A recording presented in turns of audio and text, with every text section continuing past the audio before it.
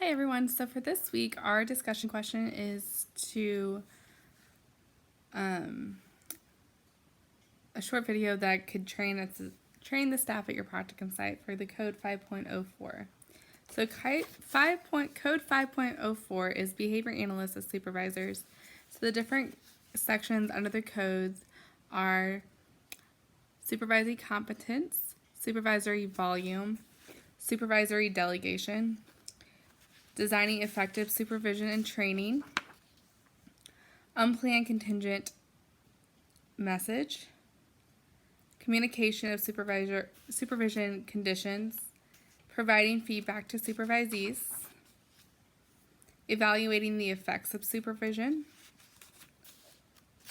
and that is the last section of that code. But basically, what this whole code of 5.04 is how we as supervisors will train our staff and make sure that we're providing the most effective feedback to make sure that our staff will be able to implement the procedures that we're wanting to do to make sure that they are going to be able to train or be able to help our clients become the best they can be.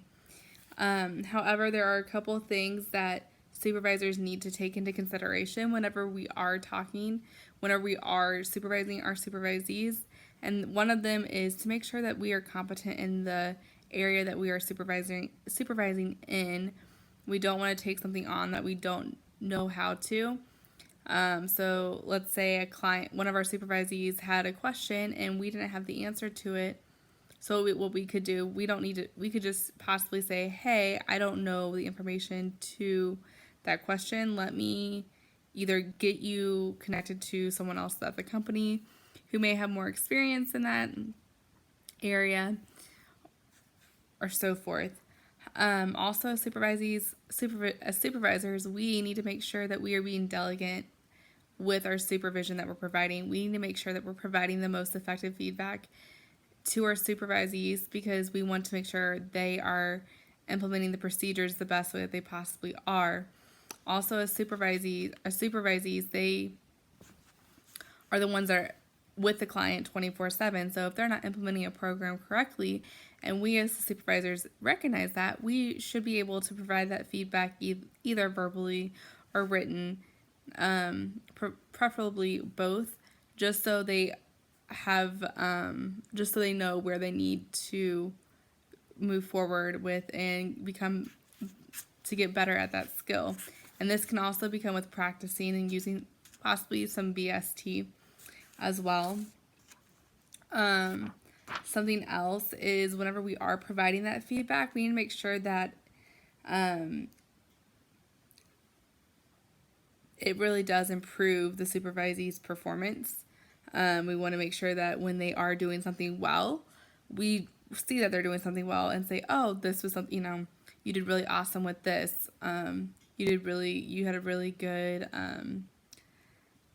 discrimination right there.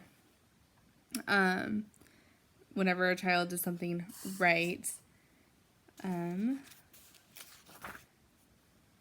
then also evaluating the effects of supervision. So if a supervisee and you is not performing something that you have reviewed over, and they don't seem to be grasping on to that certain program, as the BCBA or the supervisor on the case, we may possibly need to take an evaluation on how we're providing that feedback. Why might not the supervisee be understanding what we're saying or really not performing what we're wanting them to do? So as supervisors, we may need to reflect back on how we're explaining what we're wanting them to do, to make sure, and if we reflect back and think that we did not do well explaining this part of the program, we can go back, change things up, then retrain, and we need to make sure that during our retraining that the supervisee has a full understanding of the program. So as supervisors, this is probably one of the most important things. Also, communication's a big one as well, communicating with our staff, just knowing what's going on at all times. So supervisors have, BCBAs as supervisors have a lot to take into consideration. Not only are we writing the treatment plans, we're also, making sure that our staff is implementing those plans accurately. And if they're not, we need to make sure that we are able to provide the most effective feedback to make sure our feedback is effective and that that treatment will get implemented correctly.